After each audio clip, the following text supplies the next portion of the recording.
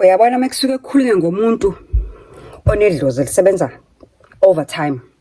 Kusuke kukhulunywa ngomuntu ofana exactly nalo engizoxoxela indaba yakhe njengamanje othe angingalenzi phutha ngibuye ngize la kuwena life graduate ngizokuxwayisa. Uthi sexwayiso sakhe sibheke kakhulu ke lapha emantombazaneni amancane, especially lamantombazana amancane afunda kuma institutions of higher learning, ko DUT, ko UJ, yabo wonke lawa amantombazane lawo angena lapha kuma institutions of higher learning, afike ahlangane nabangane, aqala ukuziphatha, aqala impilo entsha, abazali bengekho phambi kwabo, kungekho umuntu ozobakhuza.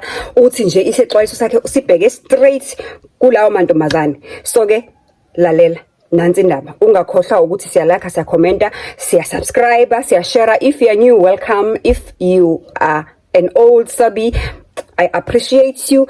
And then it's a story time. It's a story time. Yeah. Hello, sanibona nidumelang, igama uZandi, isibongo umfeka umalwandle lo lwandle kalwela lwezibhekane zonihambela le kude phezulu.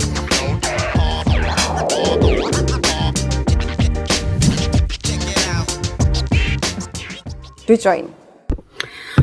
Uthi usisimalwandle angeke ngikuphuthume ngendaba esheshayo.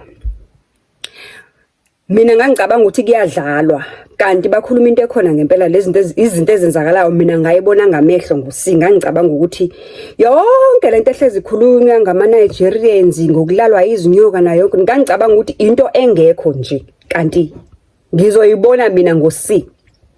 Lalela, igama lami nguZandi, isibongo umfeka. Uma ukuthi umusha la ekhaya ungalenze iphutha lokuthi usubscribe, siyathanda ukuthi uhlale ube part of the community. If kukuthi you've been here before, thank you so much, we appreciate you. Kanti ke don't forget to like, comment, subscribe, share, and then bese wenza sure ukuthi uma ngabe unendaba ufuna usixela yona ngi-DM, come duze kwi-DM yami. Ngiyatholakala ku Facebook Meaningful Conversations with uZandi Mfeka, ngiyatholakala ku TikTok Conversations_Zandi Mfeka, ngiyatholakala na Instagram.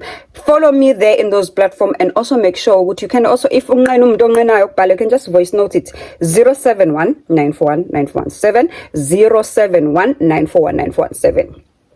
Uthi sisimalwandle ngicela nje ungayishi imininingwane eminingi ngoba nje into ebalekile isixwayiso lesengisidlulisayo. Uthi ke ngi-student eDUT, ngiyafika unyaka wami wokuqala ngiphumela emakhaya.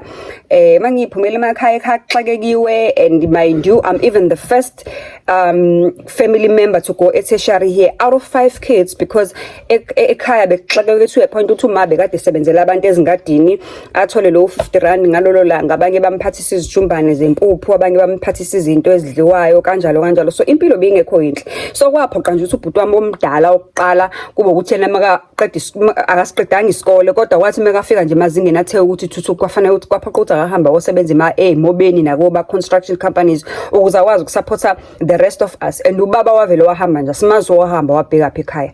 So washiya nje kanjalo wahamba till this day.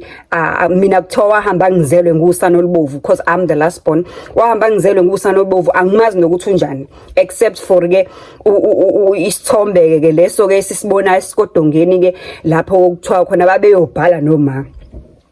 So uthi ngiyafika eDUT kudayiswa izinkomo la ngoba ubhuti uthi kwenzeka waze wanenhlanhla wasebenza eplazini lomlungu. Umlungu wayemthanda ngalendlela ukuthi waze wagcina empha amankonyane amancane lawa amankonyane azala. So emakhaya ke kulula ukudayisa inkomo, abantu bayenza imicimbi nangaphandle kwemicimbi futhi inkomo nje inevalue emakhaya, kuyazi ukuthi uma unenkomo kusho ukuthi unemali. So ubhuti lo ezinye zalazo inkomo zakhe seziwu3 in total, so wadayisa ke eyodwa ukuze kukwazi ukuthi kuphuma ukuthi kutholakala ke u10,000 ukuthi ngihambe ngithengele impahla ezintsha ngifike ngikhona ukuthi ngiregister phambili ngithole nendawo ohlala.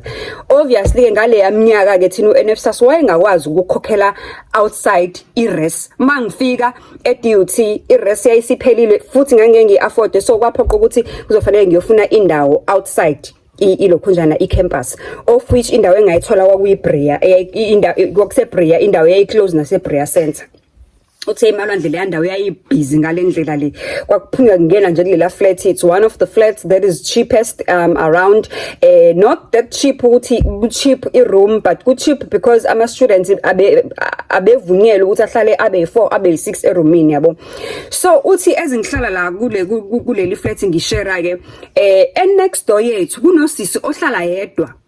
and akusena nanosisi sokhulile ukule minyaka yethu kodwa uyabona yena ukuthi usethe ukukhula and apparently why drop out yase duty naye wayefike ngoba ezofunda wagcina ke drop out ngenxa yempilo afike achuza akhetha ukuyiphila mekafike duty. Uthi Malwandle lo sisi lo ora ngithi lengane le ngoba kahle ngangimbona ukuthi mhlambe umuntu ola ko 24-25 mina at the time ngise duty I was 19 years of age because I was smart nasesikoleni nje ngasheshe ngaqeda isikole ngimncane, so I was 19 years ngaqeda isikole ngina 17 ngahlala unyaka kodwa nje vo ekhaya and then the following year ngayongena esikoleni ke. Uthi ngangimbona ukuthi ayakekho mdala kanga mhlawula ko 24-25 uthi kodwa into engayiqaphela ngalo umuntu wesifazane ukuthi wayephila kamnandi. Ubona bonke abantu ababekhona lapha eflatini wayephila nje isoft life efaka ama weave efaka ama makeup, umbona ngisho impahla zigqokile ukuthi it's expensive clothes and akaswele, and yena yedwa kuleli flat eligcwele ama students, yena yedwa uhlala erumini yakhe yedwa akashare namuntu. Everybody was curious to know ukuthi uphila impilweni.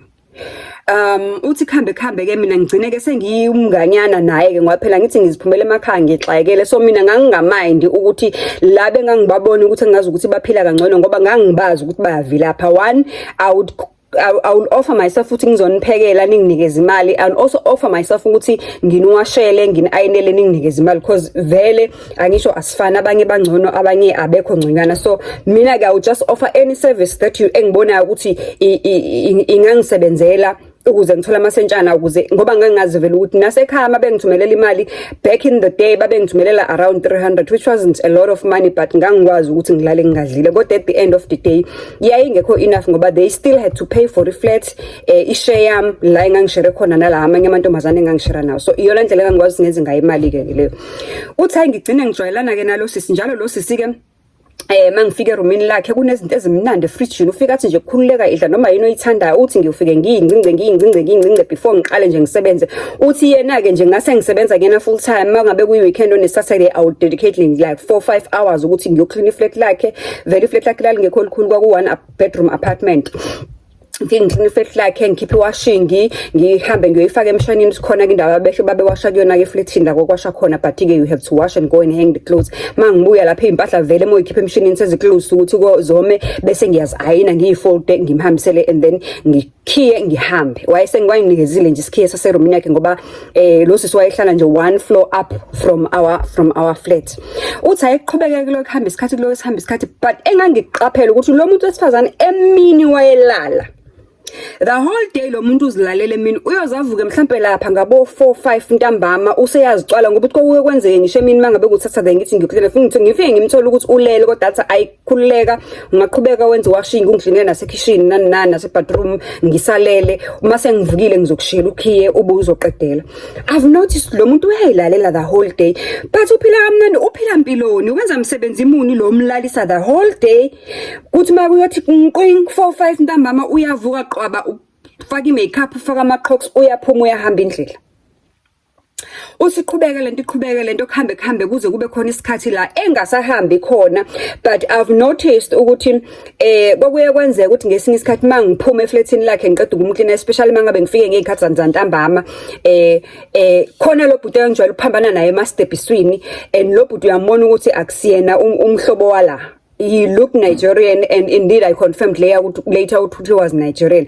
And when my figure lo bhuti afike ephethe ibhokisi elikhulu elali fancy that looked like it's a gift. Njalo mayakhuphuka eflatini lalo sisi uphethe le bhokisi all the time. Uthi hayi ngize ngibe curious kuzokuthi ngelinye ilanga ke uthi ke mawubuye emakhaya ke uba namahloni indaba zabantu awuzithandi noma uzihalela ukuzazi kodwa kuye kube nzima ukuzibuza because indlela esikhuliswe ngayo le ukuthi you respect abanye abantu, but ngendlela okwenzeka ngayo ngagcina nami sengifuna ukwazi kahle lo sisi uphila impiloni uyenza kanjani imali obuya mbona lo muntu uthakaxayekanga. Mina ngisho noma ngishita ngoshukela ngivele ngihambe ngoba senginesikhiye saserumina ngivele ngihambe ngiyokhala pha kwakhe ngenankinga futhi ifridge lakhe kwakuhlala izinto ngize ngifike ngikhiphe mina opholona kade bahlala no cheese ngifike ngithathe ngiyoyidlela mina ezansi no rooms abami because vele lo muntu uhlala yedwa futhi half the time emini uyalala mekavuka se order something edliwayo ifike nayo lonto mhlambe kufika ipizza adla ama slices awu2 mangifika mina ngakusasa mhlambe ngizocleana or angibize ngifike ngithathe ngiyidleleke mina because phela kuthiwe ngifike ngidlo kukhona okuvuthiwe angekasakudla. Ubo lo umuntu ongaxayekile ongenandaba futhi nokudla Hayi ngize ngibe curious ngelinye ilanga ngiqunge ngibuze. Zibani kanti wena wenza umsebenzi imuni uhlezi ulele emini unemali kwathi ngathi savela ngihleka athi hayi usemncane angifuni ukumosha impilo yakho. Uthi ngaloye ngimncenga ngangifuni ukungitshela ukuthi wenzani loye ngimncenga kanti one day uzoze angitshela ukuthi wenzani. Athi hey kunzima la eThekwini aqale eqaleni ukuthi story sakhe ukuthi siqala kanjani. Uthi ngangifunda nami eDUT ngiregistile njengawe nje ngizokwenza icourse ngiphase kahle but isimo ekhaya sasingekho sihle to a point ukuthi ngaze ngabona ukuthi I have to join the club because ngiyaxakeka ngelinye ilanga ngelinye ilanga imali ya rent anginayo ngelinye ilanga ukudla anginayo ngelinye ilanga ngine assignment kunencwadi engifuna ukwenza ama copies anginawo ngisho u10 yokwenza ama copies.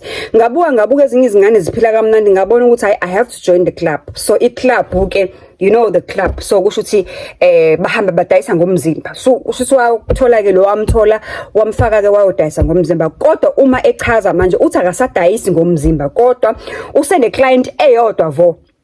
Le client le eyodwa vo anayo it's this guy engihleze mina ngithi mangabe kwenzekile ngasuka ntambama eflatini lakhe ngiphambane naye ekhuphuka ama steps ezongena eflatini lakhe. Asimbiza uJohn lo guy lo. uJohn ndini lo uma isuka ekhuphuka eyongena eflatini lalo sisi.